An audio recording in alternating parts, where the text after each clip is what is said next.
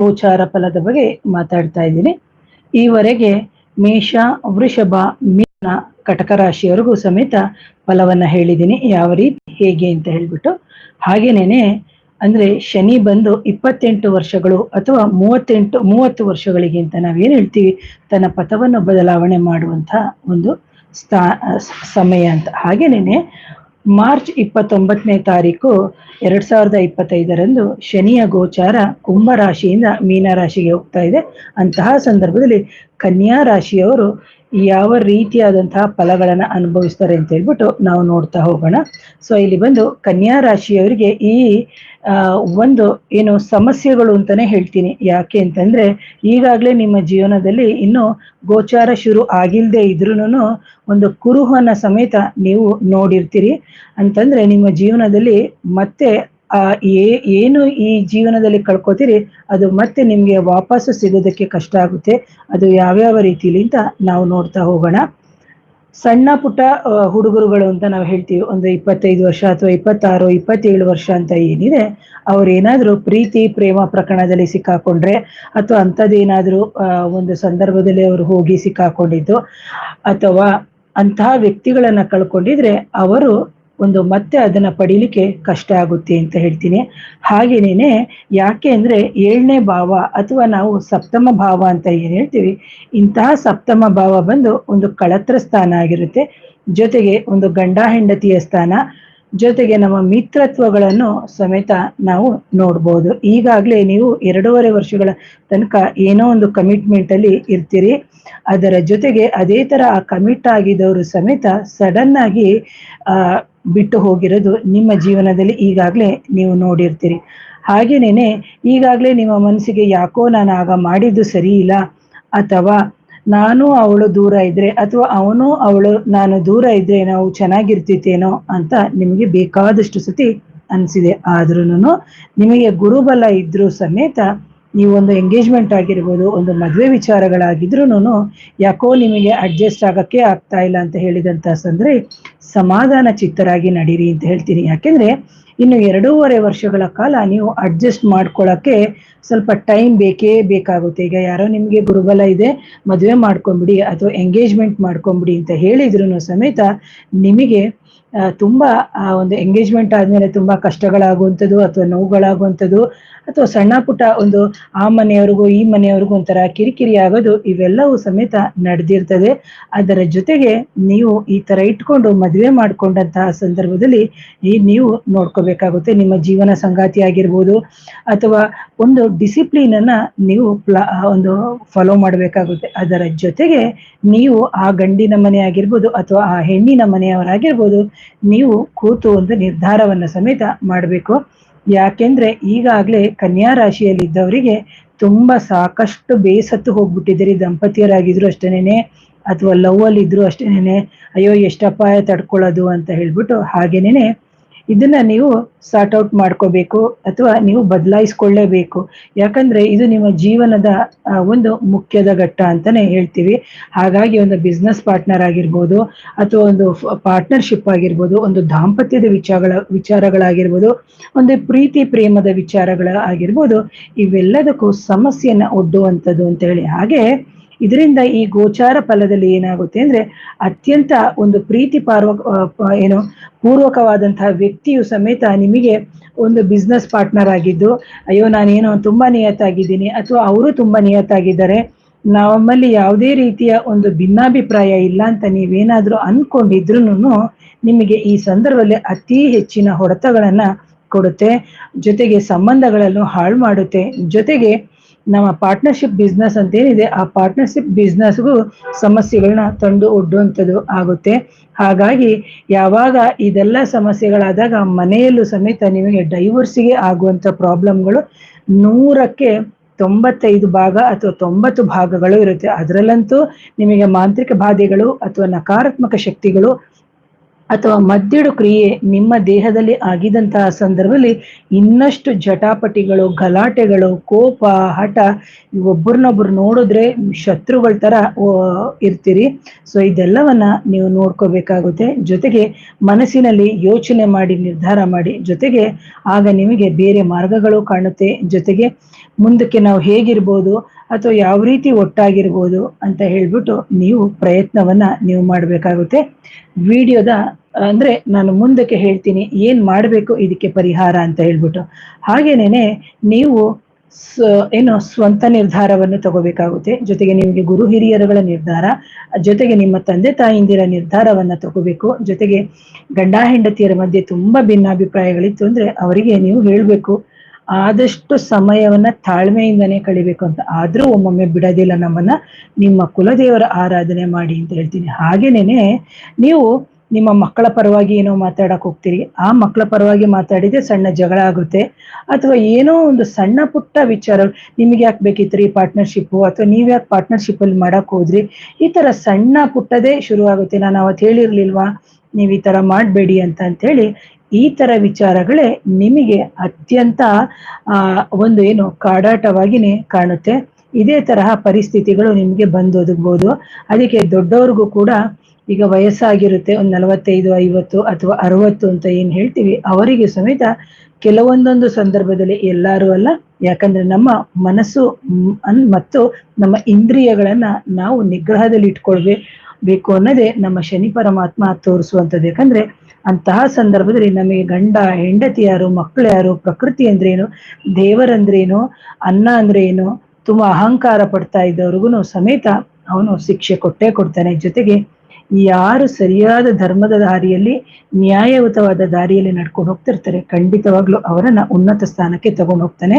ಸಪ್ತಮದಲ್ಲಿ ಶನಿ ಇದ್ರು, ಯಾಕಂದ್ರೆ ಕನ್ಯಾ ರಾಶಿಯಲ್ಲಿ ಚಂದ್ರ ಇದ್ದು ಮೀನದಲ್ಲಿ ಶನಿ ಇತ್ತು ಅಂದ್ರೆ ಸಮಸಪ್ತಕದಲ್ಲಿ ಅಲ್ಲಿ ಮೇಲೆ ಶನಿ, ಇಲ್ಲಿ ಕೆಳಗಡೆ ಚಂದ್ರ. ಸೊ ಇದು ಬಂದು ಶನಿ ಮತ್ತು ಚಂದ್ರನ ಒಂದು ಯುತಿ, ಅಥವಾ ಶನಿ ಮತ್ತು ಚಂದ್ರನ ಆ ಒಂದು ಸಮಸಪ್ತಕದಲ್ಲಾಗ ಆದಾಗಂತಹ ಸಂದರ್ಭದಲ್ಲಿ ಆಗುವಂತಹ ಒಂದು ವಿಷಯಗಳು ಅಂತ. ಹಾಗೇನೇನೆ ಎಕ್ಸ್ಟ್ರಾ ಮೆರಿಟಲ್ ಅಫೇರ್ಸ್ ಸಮೇತ ದೊಡ್ಡವರು ಸಮೇತ ಮಾಡ್ಕೊಂಡ್ಬಿಡ್ತೀರಿ. ಹಾಗಾಗಿ ಅದು ಏನಾದ್ರೂ ಗೊತ್ತಾದಾಗ ನಿಮ್ಮ ಮನೆಯಲ್ಲಿ ಜಗಳಗಳಾಗೋದು, ನಿಮ್ಮ ಹೆಂಡತಿ ಗಲಾಟೆಗಳನ್ನ ಮಾಡ್ಬೋದು, ಅಥವಾ ನೀವೇ ಅವರನ್ನ ಬಿಟ್ಟು ಹೋಗುವಂಥದ್ದು, ಅಥವಾ ನನಗೆ ಸಾಕಪ್ಪ ಅಂತೇಳಿ ಇನ್ನೊಂದು ಅಫೇರ್ಸ್ ಇಟ್ಕೊಳ್ಳೋದು, ಅವೆಲ್ಲವೂ ಒಂದು ಆಗುತ್ತೆ. ಆದ್ರೆ ಇದನ್ನ ನೋಡ್ಬಿಟ್ಟು ಯಾರೋ ಇಲ್ಲ ಈ ತರ ಆಗ್ಬಿಡುತ್ತೆ ನನ್ ಗಂಡನಿಗೆ ಅಂತ ಯೋಚನೆ ಮಾಡ್ಬೇಡಿ, ಅಥವಾ ನನ್ನ ಹೆಂಡತಿಗೆ ಈ ತರ ಆಗುತ್ತೆ ಅಂತ ಅದನ್ನೇ ಯೋಚನೆ ಮಾಡ್ಬೇಡಿ. ಆದಷ್ಟು ನೀವು ಓಂ ಶನೀಶ್ವರಾಯ ನಮಃ, ಓಂ ಶನೀಶ್ವರಾಯ ನಮಃ ಅಂತ ಹೇಳ್ಬಿಟ್ಟು ನೀವು ಮಂತ್ರವನ್ನ ನೀವು ದಿನಕ್ಕೆ 500 ಬಾರಿ ಆದ್ರೂ ಪಠಿಸಿ. ಒಂದು. ಎರಡನೇದಾಗಿ ನಿಮ್ಮ ಕುಲದೇವರ ದೇವಸ್ಥಾನ ಅಥವಾ ಮನೆ ದೇವರ ದೇವಸ್ಥಾನ ಅಥವಾ ಗ್ರಾಮ ದೇವರ ದೇವಸ್ಥಾನ ಅಂತ ಏನಿದೆ ಅಲ್ಲಿಗೆ ಹೋಗಿ ಆಯಾಯ ಕ್ಷೇತ್ರದ, ಕೆಲವರ ಮನೆಯಲ್ಲಿ ಕುಲದೇವರು ಗಂಡಾಗಿರುತ್ತೆ, ಕೆಲವರ ಮನೆಯಲ್ಲಿ ಹೆಣ್ಣಿರುತ್ತೆ, ಆ ಕ್ಷೇತ್ರಗಳ ಒಂದು ಕುಂಕುಮವನ್ನ ತಂದು ನಿತ್ಯವೂ ಧಾರಣೆ ಮಾಡೋದ್ರಿಂದ ಖಂಡಿತವಾಗ್ಲೂ ನಿಮಗೆ 80 ಅಥವಾ 50 ಭಾಗ ನಿವಾರಣೆ ಕಮ್ಮಿ ಆಗುತ್ತೆ. ಯಾಕಂದ್ರೆ ನಾವು ಹೇಳ್ತೀವಿ ತಲೆ ಮೇಲೆ ಬಂದಿದ್ದು ಎಲೆ ಮೇಲೆ ಹೋಯ್ತು ಅಂತ. ಹಾಗೇನೆ ಮಾಡುವಂತ ಪರಿಹಾರಗಳನ್ನು, ಮಂತ್ರಗಳನ್ನ ಶ್ರದ್ಧಾಭಕ್ತಿಯಿಂದ ಮಾಡಿ ಅಂತ ಹೇಳ್ತೀನಿ. ಹಾಗೇನೆ ಅನಾವಶ್ಯಕವಾಗಿ ಹಣದ ಖರ್ಚನ್ನ ಮಾಡಬೇಡಿ. ಜೊತೆಗೆ 2 ವರ್ಷಗಳು ನೀವು ಇದೇ ತರ ಕಳಿಬೇಕಾಗುತ್ತೆ. ಆರೋಗ್ಯದ ಕಡೆ ಹೆಚ್ಚಿನ ಗಮನವನ್ನ ಕೊಡ್ಬೇಕಾಗುತ್ತೆ. ಜೊತೆಗೆ ನಿಮ್ಮ ಸಂಗಾತಿ ಆಗಿರ್ಬೋದು, ನಿಮ್ಮ ಮಕ್ಕಳು, ನಿಮ್ಮ ತಂದೆ ತಾಯಿ, ಇವರೆಲ್ಲರ ಬಗ್ಗೆ ನೀವು ಕಾಳಜಿಯನ್ನ ಅತ್ಯಗತ್ಯವಾಗಿ ತಗೋಬೇಕಾಗುತ್ತೆ. ಜೊತೆಗೆ ಮನೆಯಲ್ಲಿ ನೀವು ಯಾವುದೇ ರೀತಿಯ ರಾಧಾಂತವನ್ನ ನೀವು ಮಾಡ್ಕೊಳ್ಳಕ್ಕೆ ಹೋಗ್ಬೇಡಿ ಅಂತ ಹೇಳ್ತೀನಿ. ಯಾಕಂದ್ರೆ ಕನ್ಯಾ ರಾಶಿಯವರಿಗೆ ಸಪ್ತಮ ಶನಿ ಆರಂಭ ಆಗ್ತಾ ಇದೆ. ಸಪ್ತಮ ಭಾವ ಅಂತ ಹೇಳಿದಂತಹ ಸಂದರ್ಭದಲ್ಲಿ ನಾವು ಇದನ್ನ ಕಳತ್ರ ಸ್ಥಾನ ಅಥವಾ ಗಂಡನ ಸ್ಥಾನ, ಒಂದು ಗಂಡಿನ ಜಾತಕದಲ್ಲಿ ಆದ್ರೆ ಹೆಂಡತಿಯ ಸ್ಥಾನ, ಅಥವಾ ಹೆಣ್ಣಿನ ಜಾತಕ ಆದ್ರೆ ಅದು ಗಂಡಿನ ಒಂದು ಸ್ಥಾನ ಅಥವಾ ಕಳತ್ರ ಸ್ಥಾನ ಅಂತ ಹೇಳ್ತೀವಿ. ಅದೇ ರೀತಿ ಈ ಸ್ಥಾನಕ್ಕೆ ಈ ಮದುವೆಯಲ್ಲಿ ಏನಾದ್ರೂ ಈ ಸಮಯದಲ್ಲಿ ನೀವು ಮದುವೆಗಳ ಆಗಿದ್ರೂ ನೀವು ಅಯ್ಯೋ ಸಾಕಪ್ಪ ಇವಳನ್ನ ಎಷ್ಟು ವರ್ಷದಿಂದ ಸಹಿಸ್ಕೊಂಡ್ ಬಂದಿದ್ದೀನಿ, ಸಾಕಪ್ಪ ಇವನ್ನ ಎಷ್ಟು ವರ್ಷದಿಂದ ನಾನು ಸಹಿಸ್ಕೊಂಡ್ ಬಂದಿದ್ದೀನಿ, ಇನ್ನು ನಾನು ತಡ್ಕೊಳಕ್ ಆಗೋದೇ ಇಲ್ಲ ಅನ್ನುವಂತಹ ಒಂದು ಭಾವನೆ ನಿಮ್ಗೆ ಈಗಾಗಲೇ ಶುರುವಾಗಿದೆ. ಬಿಕಾಸ್ ಅಂದ್ರೆ ಇಲ್ಲಿ ಎಷ್ಟೋ ಸೆಲೆಬ್ರಿಟೀಸ್ಗಳದ್ದು ನೀವು ನೋಡಿರ್ತೀರಿ, ನಾನು ಯಾರ ಹೆಸರನ್ನು ಮೆನ್ಷನ್ ಮಾಡಕ್ ಹೋಗಲ್ಲ. ಅದು ಹಾಲಿವುಡ್ ಆಗಿರ್ಬೋದು, ಅದು ಬಾಲಿವುಡ್ ಆಗಿರ್ಬೋದು, ಟಾಲಿವುಡ್ ಆಗಿರ್ಬೋದು, ಅಥವಾ ನಮ್ಮ ಸ್ಯಾಂಡಲ್ವುಡ್ ಅಲ್ಲಿ ಆಗಿರ್ಬೋದು, ಹಲವಾರು ಜನಗಳ ಅರಸ್ಕೋಪುಗಳನ್ನ ನೋಡಿದಾಗ ಗೊತ್ತಾಗುತ್ತೆ. ಆದ್ರೆ ಇಲ್ಲಿ 12 ವರ್ಷವನ್ನು ಸಮೇತ ನೀವು ತಡ್ಕೋಬೇಕಾಗುತ್ತೆ. ಯಾಕಂದ್ರೆ ಶನಿ ನಿಮ್ಗೆ ಹೇಳ್ತಾ ಇದ್ದಾನೆ, ಅದನ್ನ ಮೊದಲು ನೀವು ಅರ್ಥ ಮಾಡ್ಕೋಬೇಕು. ಇನ್ನು 2 ವರ್ಷ ಏನಾದ್ರೂ ತಡೆದುಕೊಂಡು ಹೋದ್ರೆ ಎಲ್ಲವೂ ಪರಿಹಾರ ಆಗುತ್ತೆ. ಜೀವನದಲ್ಲಿ ಸಂಬಂಧಗಳನ್ನ ಉಳಿಸ್ಕೋತೀರಿ. ಹಾಗೆ ಗಂಡ ಹೆಂಡತಿ ಬೇರೆ ಆಗೋದು ಬೇಡ ಅಂತ ಹೇಳ್ಬಿಟ್ಟು ನನ್ನ ವೈಯಕ್ತಿಕವಾದಂತ ವಿಚಾರ. ಕಷ್ಟ, ಸುಖ, ನೋವು, ದುಃಖ ಎಲ್ಲನೂ ಬರುತ್ತೆ. ಅದು ಹಣದ ಸಮಸ್ಯೆ ಆಗಿರ್ಬೋದು, ಆರೋಗ್ಯದ ಸಮಸ್ಯೆ ಆಗಿರ್ಬೋದು, ಮನೆತನದ ಸಮಸ್ಯೆಗಳಾಗಿರ್ಬೋದು, ಮಕ್ಕಳ ಸಮಸ್ಯೆ ಆಗಿರ್ಬೋದು, ಉದ್ಯೋಗದ ಸಮಸ್ಯೆಗಳಾಗಿರ್ಬೋದು, ಒಂದಲ್ಲ ಒಂದು ರೀತಿಯಲ್ಲಿ ನಾವು ಏನ್ ಹೇಳ್ಬೋದು, ನಮ್ಮನ್ನ ಪರೀಕ್ಷೆ ಮಾಡುವಂತಹ ಒಂದು ಸಮಯ ಅಂತಾನೆ ನಾವು ಹೇಳ್ತೀವಿ. ಹಾಗಾಗಿ ನಾವು ಯಾವುದೇ ಆಫೀಸಿನಲ್ಲಿ ಹೋದಾಗ್ಲೂ ಸಮೇತ ನೀವು ಶಾಂತರಾಗಿ ವರ್ತಿಸ್ಲಿ ಅಂತ ಹೇಳ್ತೀವಿ. ಹಾಗೆ ಗಂಡ ಹೆಂಡತಿಯರು ಬೇರೆ ಆದ್ರೆ ಆ ಮನೆಯಲ್ಲಿ ಉಂಟಾಗುವಂತಹ ಮಕ್ಕಳ ಒಂದು ಜೀವನ, ಅಥವಾ ನಮ್ಮ ತಂದೆ ತಾಯಿಂದಿರ ಒಂದು ಕಷ್ಟಗಳಾಗಿರ್ಬೋದು, ಅಥವಾ ನಮಗೆ ಸಾಮಾಜಿಕವಾಗಿ ಆಗುವಂತಹ ಸಮಸ್ಯೆಗಳನ್ನು ಸಮೇತ ನಾವು ನೋಡ್ಬೋದು. ಹಾಗಾಗಿ ಯಾವುದೇ ಕಾರಣಕ್ಕೂ ನೀವು ನಿಮ್ಮ ಒಂದು ದಾಂಪತ್ಯ ಜೀವನದಲ್ಲೇ ಇದ್ದುಕೊಂಡು ಸುಸೂತ್ರವಾಗಿ ನಡೆಸ್ಕೊಂಡು ಹೋಗಿ ಅಂತ. ಯಾಕಂದ್ರೆ ನಾವು ಕೋಟೆಯ ಒಳಗಡೆ ಇದ್ದು ಗುದ್ದಾಡೋದಕ್ಕೂ ಕೋಟೆಯಿಂದ ಹೊರಗಡೆ ಬಂದು ಗುದ್ದಾಡೋದಕ್ಕೂ ತುಂಬಾನೇ ವ್ಯತ್ಯಾಸ ಇದೆ. ಕೋಟೆಯಿಂದ ಹೊರಗಡೆ ಬಂದಂತಹ ಸಂದರ್ಭದಲ್ಲಿ ಹಲವಾರು ಜನ ಶತ್ರುಗಳು ನಮಗೆ ಬೆನ್ನಿಗೆ ಚೂರಿ ಹಾಕ್ತಾರೆ. ಅದರ ಬದಲು ಮನೆಯವರೇ ನಮಗೆ ಸಮಸ್ಯೆ ಮಾಡಿದ್ರು ನಾವು ಹೇಗೋ ಸಹಿಸ್ಕೊಂಡು ಪರಮಾತ್ಮನ ಒಂದು ಮಂತ್ರಗಳನ್ನ ಹೇಳ್ಕೊಂಡು ನಾವು ಸರ್ವೈವ್ ಆಗ್ಬೋದು. ಯಾಕೆ ಅಂತಂದ್ರೆ ಇದೆಲ್ಲವೂ ನಮ್ಮ ಕರ್ಮದ ಆಧಾರಿತವಾಗಿರುತ್ತೆ ಅಂತ ಹೇಳ್ತೀನಿ. ಹಾಗೇನೇನೆ ಇನ್ನೂ ಒಂದು ಕಿವಿ ಮಾತನ್ನ ಹೇಳಕ್ ಇಷ್ಟಪಡ್ತೀನಿ. ನೀವು ಆಫೀಸಲ್ಲಿ ಆಗಿರ್ಬೋದು, ಅಥವಾ ಯಾವುದೋ ಕಂಪ್ನಿಗಳಲ್ಲಿ ವರ್ಕ್ ಮಾಡ್ತಾ ಇದ್ದೀರಿ, ಅಥವಾ ಯಾವುದೋ ಒಂದು ಕಡೆ ಎಲ್ಲರೂ ಇವತ್ತಿನ ದಿನ ಕೆಲಸ ಮಾಡ್ತಾ ಇರ್ತೀರಿ. ಅಂತಹ ಸಂದರ್ಭದಲ್ಲಿ ನೀವು ಯಾರೇ ಒಂದು ಬಿಸ್ನೆಸ್ ಆಗಿರ್ಬೋದು, ಅಥವಾ ಬೇರೆ ಯಾವುದೇ ಪಾರ್ಟ್ನರ್ಶಿಪ್ಪು ಇಂಥದ್ದೆಲ್ಲ ಇದ್ದಂತಹ ಸಂದರ್ಭದಲ್ಲಿ ಎಷ್ಟು ಒಡಕುಗಳಾಗುತ್ತೋ ಅಲ್ಲಿ ಬೇರೆ ಹೆಣ್ಣು ಮಕ್ಕಳಿಗೆ ಅಥವಾ ಬೇರೆ ಗಂಡು ಮಕ್ಕಳಿಗೆ ನೀವು ಅಟ್ರಾಕ್ಟ್ ಆಗುವಂಥದ್ದು ತುಂಬಾನೇ ಜಾಸ್ತಿ ಇರುತ್ತೆ. ಇದರಿಂದ ನಿಮ್ಮ ಸಂಸಾರಗಳು ಒಡೆದು ಹೋಗುವಂತಹ ಸಂಭವಗಳು ಜಾಸ್ತಿ ಇರುತ್ತೆ, ಅಥವಾ ಕುರುಹುಗಳು ಜಾಸ್ತಿ ಇರುತ್ತೆ. ಅವ್ರೇನೋ ಒಂದು ಸುಮ್ಮನೆ ಗಾಡಿಲಿ ಕರ್ಕೊಂಡೋಗಿ ಡ್ರಾಪ್ ಮಾಡಿಬಿಟ್ಟಿರ್ತಾರೆ, ಅದಕ್ಕೆ ಸಂಬಂಧಗಳನ್ನ ಕಟ್ಟಬೇಡಿ. ಅಥವಾ ಕಾರಲ್ಲಿ ಕರ್ಕೊಂಡೋಗಿ ಬಿಟ್ಟಿರ್ತಾರೆ, ಅದಕ್ಕೆ ಸಂಬಂಧವನ್ನ ಕಟ್ಟಿ ಪ್ರಶ್ನೆಗಳನ್ನು ಮಾಡಿ ನೀವು ನಿಮ್ಮ ಸಂಸಾರವನ್ನ ಹಾಳು ಮಾಡ್ಕೋಬೇಡಿ ಅಂತ ಹೇಳ್ತೀನಿ ಪ್ರಿಯ ವೀಕ್ಷಕರೇ. ಯಾಕಂದ್ರೆ ಇವತ್ತೆಲ್ಲ ನಾವು ಸೈಂಟಿಫಿಕ್ ಆಗಿ ಯೋಚನೆ ಮಾಡೋದ್ರ ಜೊತೆಗೆ ಎಲ್ಲರೂ ಮೊಬೈಲು, ಇನ್ಸ್ಟಾಗ್ರಾಮು, ಫೇಸ್ಬುಕ್ ಇದ್ರಲ್ಲೆಲ್ಲ ಇದ್ದೀವಿ. ಇತ್ತೀಚಿನ ದಿನದಲ್ಲಿ ಏನು ನ್ಯೂಸ್ ನೋಡಿದ್ರೆ ಅವನು ಇವಳನ್ನ ಕೊಂದ, ಇವಳು ಅವನನ್ನ ಕೊಂದ, ಪೀಸ್ ಮಾಡಿದ್ರು. ಹಿಂದೆ ನಾವು ಇದೆಲ್ಲ ಕೇಳಿದ್ವಾ? ಖಂಡಿತವಾಗ್ಲೂ ಕೇಳ್ಬಿಟ್ರೆ ಎಷ್ಟು ಅನ್ಸ್ಬಿಡುತ್ತೆ ಅಂತಂದ್ರೆ. ಹಾಗಾಗಿ ಕೆಲವರು ವಿಕೃತ ಮನಸ್ಸಿನವರು ಇರ್ತಾರೆ. ಅದರಲ್ಲಿ ನಕಾರಾತ್ಮಕ ಶಕ್ತಿಗಳು, ಮಾಂತ್ರಿಕ ಬಾಧೆಗಳು ಆದಂತಹ ಸಂದರ್ಭದಲ್ಲಿ ಇನ್ನು ವಿಚಲಿತರಾಗಿರ್ತಾರೆ. ಇದನ್ನ ಮೂಲ ಜಾತಕದಲ್ಲೂ ಸಮೇತ ನಾವು ನೋಡ್ಬೋದು. ಮೂಲ ಜಾತಕ ಇಲ್ಲ ಅಂದಾಗ ನಾವು ಪ್ರಶ್ನಾಶಾಸ್ತ್ರದ ಮುಖಾಂತರ ನೋಡ್ಬೋದು. ಹಾಗಾಗಿ ಈ ತರ ಕನ್ಯಾ ರಾಶಿಯವರಿಗೆ ಈ ಒಡಕು ನಿಮ್ಗೆ ಈಗಾಗಲೇ ಈ ಗೋಚಾರ ನಿಮ್ಗೆ ಕೊಟ್ಟಿದೆ ಅಥವಾ ತೋರಿಸಿದೆ. ಹಾಗಾಗಿ ನೀವು ಇದನ್ನ ಅರ್ಥ ಮಾಡ್ಕೋಬೇಕು. ಈ ಒಡಕು ಉಂಟಾಯಿತು ಅಂತಂದ್ರೆ ಮತ್ತೆ ನಿಮ್ಮ ಜೀವನದಲ್ಲಿ ಇಂತಹ ಜೀವನ ಮತ್ತೆ ನಿಮಗೆ ಸಿಗಲ್ಲ. ಹಾಗಾಗಿ ಸಣ್ಣ ಪುಟ್ಟ ವಿಷಯಗಳನ್ನೇ ನೀವು ದೊಡ್ಡದ್ ಮಾಡ್ಕೋಬೇಡಿ. ದೊಡ್ಡದನ್ನ ಮಾಡ್ಕೊಂಡು ನಿಮ್ಮ ಜೀವನದಲ್ಲಿ ಆಗುವಂತಹ ಸಮಸ್ಯೆಗಳನ್ನ ಇನ್ನಷ್ಟು ಉಲ್ಬಣವನ್ನ ಮಾಡ್ಕೋಬೇಡಿ ಅಂತ ಹೇಳ್ತೀನಿ. ಹಾಗೆ ದೊಡ್ಡ ಅನಾಹುತ ನಮ್ಮ ಜೀವನದಲ್ಲಿ ಆಗೋದು ಬೇಡ. ಜೊತೆಗೆ ಇದರ ಒಳ್ಳೆಯ ಎಫೆಕ್ಟ್ ನೀವು 2.5 ವರ್ಷ ಏನು ಅದನ್ನ ದಾಟ್ಕೊಂಡು ಹೋಗ್ತೀರಿ, ಖಂಡಿತವಾಗ್ಲೂ ನಿಮಗೆ ಒಳ್ಳೇದಾಗುತ್ತೆ. ಜೊತೆಗೆ ಹೊಸ ಜೀವನ ಸಂಗಾತಿ ಆಗುವಂತ ಕೆಲವರು ಬರ್ಬೋದು ನಿಮ್ಮ ಜೀವನದಲ್ಲಿ ಈ ಪರಿಸ್ಥಿತಿಯಲ್ಲಿ. ಯಾಕಂದ್ರೆ ನಾನ್ ನಿಮ್ಮನ್ನು ತುಂಬಾ ಚೆನ್ನಾಗಿ ನಾನು ನೋಡ್ಕೋತೀನಿ ಅಂತ. ಅದೇ ತರ ನೀವು ಬಂದಂತ ಸಂದರ್ಭದಲ್ಲಿ 100 ಬಾರಿ ಯೋಚನೆ ಮಾಡ್ಬೇಕು. ಯಾರೋ 2ನೇ ಮದುವೆ ಆಗಿತ್ತು, ಅಥವಾ 1ನೇ ಮದುವೆ ಆಗಿತ್ತು ಬಿಟ್ಟೋಯ್ತು, ಅಥವಾ ಈಗ ಅವ್ರು ಇನ್ನೊಂದು ಮದುವೆ ಮಾಡ್ಕೋತಾ ಇದ್ದಾರೆ, ಅಥವಾ ಎಕ್ಸ್ಟ್ರಾ ಮೆರಿಟಲ್ ಇದ್ರಿ, ಅಂತಹ ಸಂದರ್ಭದಲ್ಲಿ ನಾವು ಇನ್ನೊಂದು ಮದುವೆ ಮಾಡ್ಕೋಬೇಕು ಅಂತ ಸಂದರ್ಭದಲ್ಲಿ ಖಂಡಿತವಾಗ್ಲೂ ಫ್ರೆಂಡ್ಶಿಪ್ ಆಗಿದ್ರಿ, ಖಂಡಿತ ಇಲ್ಲ ಅನ್ನಲ್ಲ. ಆದ್ರೆ ನಾವು ಮದುವೆ ಜೀವನಕ್ಕೆ ಕಾಲಿಡ್ತಿದ್ದೀವಿ ಅಂತ ಹೇಳಿದಂತಹ ಸಂದರ್ಭದಲ್ಲಿ ಹಲವಾರು ಬಾರಿ ಯೋಚನೆ ಮಾಡಿ ಫ್ರೆಂಡ್ಶಿಪ್ಗಳಾಗಿರ್ಬೋದು, ನಂಬಿಕಸ್ಥರು ನಿಮ್ಗೆ ಸಿಗ್ಬೋದು. ಆದ್ರೆ ನಮ್ಮ ಸಂಘ ಅವ್ರನ್ನೇ ನೀವು ಜೊತೆಗೆ ಇದ್ಕೊಂಡು ತುಂಬಾ ಕ್ಲೋಸ್ ಆಗಿರ್ತಾರೆ. ಆಗ ಅಯ್ಯೋ ಇವರೇ ನಮ್ಮ ಜೀವನದಲ್ಲಿ ನನ್ನ ಲೈಫ್ ಪಾರ್ಟ್ನರ್ ಆಗಿದ್ರೆ ಎಷ್ಟು ಚೆನ್ನಾಗಿರ್ತಿತ್ತು ಅನ್ನುವಂತಹ ಒಂದು ಭಾವನೆ ನಿಮ್ಮ ಮನಸ್ಸಿನಲ್ಲಿ ತುಂಬಾ ಆಳವಾಗಿ ಬೇರೂರುತ್ತೆ. ಇದನ್ನೆಲ್ಲವನ್ನು ಸ್ವಲ್ಪ ದೂರದಲ್ಲೇ ಇಟ್ಬಿಟ್ಟು ನಿಮಗೆ ಈ ಸಮಯದಲ್ಲಿ ಸಿಗುವಂತಹ ಫ್ರೆಂಡುಗಳು ಇನ್ನೂ 2.5 ವರ್ಷ ಅಥವಾ 3 ವರ್ಷಗಳ ಆದ ಮೇಲೆ ನಿಮ್ಮ ಜೊತೆ ಇರಲ್ಲ. ಹಾಗಾಗಿ ಯಾರು ನಿಮಗೆ ಅಗ್ನಿ ಸಾಕ್ಷಿಯಾಗಿ ಯಾವುದು ನಿಮಗೆ ವಿವಾಹ ಅಂತ ಆಗಿರುತ್ತೆ ಅಂಥವ್ರು ಮಾತ್ರ ಜೊತೆಗಿರ್ಲಿಕ್ಕೆ ಸಾಧ್ಯ. ಆದ್ದರಿಂದ ದಂಪತಿಗಳು ಅಥವಾ ಚಿಕ್ಕ ಚಿಕ್ಕ ಹುಡುಗರು ಅಥವಾ ಪ್ರಾಯದಲ್ಲಿ ಇರುವಂತಹ ಹುಡುಗಿಯರು ದಯವಿಟ್ಟು ಇಂಥ ವಿಚಾರಗಳನ್ನ ಅರ್ಥ ಮಾಡ್ಕೋಬೇಕು. ಮನೆ ಬಿಟ್ಟು ಹೋಗ್ತೀನಿ ಅಥವಾ ನಾ ತಂದೆ ತಾಯಿಂದಿರನ್ನ ಧಿಕ್ಕರಿಸಿ ಹೋಗ್ತೀನಿ ಅಥವಾ ನನಗೆ ಮದುವೆ ಯೋಗ ಬಂದಿದೆ, ನನಗೆ ದಶಾಭುಕ್ತಿ ಬಂದಿದೆ, ಇವೆಲ್ಲವನ್ನ ನೋಡ್ಕೊಂಡು ಹೋಗೋಕ್ಕಿಂತ ಮುಂಚೆ ಹಿರಿಯರ ಸಮ್ಮುಖದಲ್ಲಿ 10 ಹಲವು ಬಾರಿ ಯೋಚನೆ ಮಾಡಿ ಅಂತ ಹೇಳ್ತೀನಿ ಪ್ರಿಯ. ಹಾಗೆ ದಂಪತಿಗಳು ಅದರಷ್ಟೇ, ಚಿಕ್ಕ ಪ್ರಾಯದಲ್ಲಿರೋ ಹುಡುಗ ಹುಡುಗಿರು ಅಷ್ಟೇನೆ ಕೆಲಸ ಮಾಡ್ತಿರೋರು ಮತ್ತೆ ಈಗಾಗ್ಲೇ 20-30 ವರ್ಷಗಳ ಕಾಲ ದಾಂಪತ್ಯ ಮಾಡ್ಕೊಂಡಿರ್ತೀರಿ. ನೀವು ನೋಡಿರ್ತೀರಿ 20 ವರ್ಷ ಆದ್ಮೇಲೆ ಡಿವೋರ್ಸ್, 30 ವರ್ಷ ಆದ್ಮೇಲೆ ಡಿವೋರ್ಸ್, ಮೊಮ್ಮಗ ಬಂದಿದ್ದಾನೆ ಡಿವೋರ್ಸ್. ಇವೆಲ್ಲವನ್ನು ನಾವು ಯೋಚನೆ ಮಾಡಬೇಕು.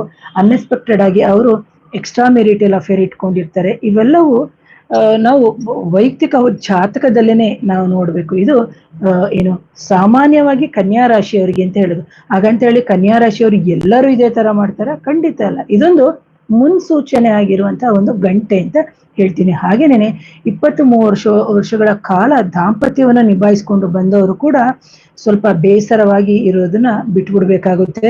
ಜೊತೆಗೆ ಕೆಲವೆಲ್ಲ ಕಣ್ಣಿಗೆ ಕಂಡು ಕಾಣದೇ ಇರುವಂತಹ ಒಂದು ಭಾವನೆಯನ್ನ ನೀವು 30 ವರ್ಷದ ದಾಂಪತ್ಯ ಅವೆಲ್ಲವನ್ನು ನಡೆಸಬೇಕಾಗುತ್ತೆ. ಜೊತೆಗೆ ನಿಮ್ಮನ್ನ ನೀವೇ ಕಾಪಾಡಬೇಕು ಅಂತಂದ್ರೆ ಆ ಶನೀಶ್ವರ ಸ್ವಾಮಿಯೇ ನಿಮಗೆ ಇದಕ್ಕೆ ದಿಕ್ಕು ಅಂತ ಹೇಳ್ತೀನಿ. ಜೊತೆಗೆ ಇಂತಹ ಒಂದು ಶನಿ ಮಂತ್ರವನ್ನ ನೀವು ನಿತ್ಯವೂ ಓಂ ಶನೀಶ್ವರಾಯ ನಮಃ, ಓಂ ಶನೀಶ್ವರಾಯ ನಮಃ ಅಂತೇಳಿ ನಿತ್ಯವೂ 501 ಬಾರಿ ಅಥವಾ 500 ಬಾರಿ ನೀವು ಪಠನೆಯನ್ನ ಸಮೇತ ಮಾಡ್ಕೊಳ್ಳಿ. ಇದರಿಂದ ಏನಾಗುತ್ತೆ ಅಂದ್ರೆ ಆರೋಗ್ಯದ ಕಡೆ ನಿಮಗೆ ಗಮನನೇ ಇರಲ್ಲ. ಸರಿಯಾಗಿ ಊಟ ಮಾಡದೇ ಇರೋದು, ಸರಿಯಾಗಿ ತಿಂಡಿ ತಿನ್ನದೇ ಇರುವಂಥದ್ದು, ಅಥವಾ ನೀವು ಇನ್ನೊಬ್ರು ಪಾರ್ಟ್ನರ್ ಹತ್ರ ಹೇಳ್ಕೊಳ್ಳುವಂಥದ್ದು, ನನ್ನ ಗಂಡ ಈ ತರ ಮಾಡ್ದ, ನನ್ನ ಹೆಂಡತಿ ಈ ತರ ಮಾಡುದು ಅಂತ ಹೇಳಿದಾಗ ಹೆಂಗಸಾಗಿದ್ರೆ ಗಂಡಸ ಹತ್ರ ಹೇಳೋದು, ಗಂಡಸಾಗಿದ್ರೆ ಹೆಂಗಸ ಹತ್ರ ಹೇಳಿದಾಗ ಅಲ್ಲಲ್ಲೇ ನೀವು ಕೆಲವೊಂದೊಂದು ಸಂದರ್ಭದಲ್ಲಿ ನೀವು ಏನು ಅಟ್ರಾಕ್ಟ್ ಆಗ್ತೀರಿ. ಹಾಗಾಗಿ ಇರುವಂತಹ ವಿಚಾರಗಳನ್ನ ಸಮಯ ಸೂಕ್ತವಾಗಿ ಹೇಳಿ ಮಾಡಿ ಪರಿಹಾರಗಳನ್ನ ಕಂಡ್ಕೊಳ್ಳಿ. ಯಾಕಂದ್ರೆ ಕೆಲವರು ಇಂಥ ವಿಚಾರಗಳನ್ನ ತಿಳ್ಕೊಂಡು ನಿಮ್ಮ ಮನೆಯನ್ನ ಕೆದಕೋರು ಇರ್ತಾರೆ, ನಿಮ್ಮ ಸಂಸಾರವನ್ನ ಹಾಳು ಮಾಡೋರು ಇರ್ತಾರೆ. ಯಾಕಂದ್ರೆ ಇವತ್ತಿನ ದಿನದಲ್ಲಿ 70% ಜನ ಅದೇ ತರ ಇರುವಂಥದ್ದು. ಅವಳಿಂದ ನನಗೇನು ಲಾಭ ಅಥವಾ ಅವನಿಂದ ನನಗೇನು ಲಾಭ, ನಾನು ಯಾವ ರೀತಿ ಅವ್ರ ಸಂಸಾರದಲ್ಲಿ ಹುಳಿ ಹಿಂಡು, ನಾನು ಯಾವ ರೀತಿಯಾಗಿ ಅವರ ಬದುಕಿನಲ್ಲಿ ಅಥವಾ ಅವಳ ಬದುಕಿನಲ್ಲಿ ಅವನ ಬದುಕಿನಲ್ಲಿ ಹೋಗೋದು ಅಂತೇಳಿ ಎಷ್ಟೋ ಜನ ಆ ತರ ಇರ್ತಾರೆ. ಇಲ್ಲ ಅಂತ ಅನ್ಕೊಳ್ಳೇಬೇಡಿ. ಈ ತರ ಜನ ಒಂಥರ ಹೇಗೆ ಹೇಳ್ಬೋದು, ಒಂಥರ ಮನುಷ್ಯತ್ವ ಇಲ್ಲದ ರೀತಿಯಲ್ಲಿ ಯೋಚನೆ ಮಾಡ್ತಿರ್ತಾರೆ. ಆದ್ರೆ ಇದ್ದಾರೆ ಎಷ್ಟೋ ಜನ ಗಂಡ ಹೆಂಡತಿಯನ್ನ ಒಂದು ಮಾಡೋರಿದ್ದಾರೆ. ಗಂಡ ಹೆಂಡತಿಯರಲ್ಲಿ ಆಗಿರೋ ಸಮಸ್ಯೆಗಳನ್ನ ನಿವಾರಣೆ ಮಾಡಿ ಪ್ರೀತಿಪೂರ್ವಕವಾಗಿ ನಡ್ಕೊಳ್ಳಿ ಅಂತ ಹೇಳೋರಿದ್ದಾರೆ. ಡೈವೋರ್ಸ್ಗೆ ಹೋಗಿದ್ರೆ ಅದನ್ನ ಸಮಸ್ಯೆಯನ್ನ ಬಗೆಹರಿಸಿ ನಿವಾರಣೆ ಮಾಡಿ ಅವರಿಬ್ಬರಿಗೂ ಬುದ್ಧಿ ಮಾತು ಹೇಳಿ ಇದು ಮಾಡಿರುವಂತಹ ಜನಗಳು ಇದ್ದಾರೆ. ಹಾಗಾಗಿ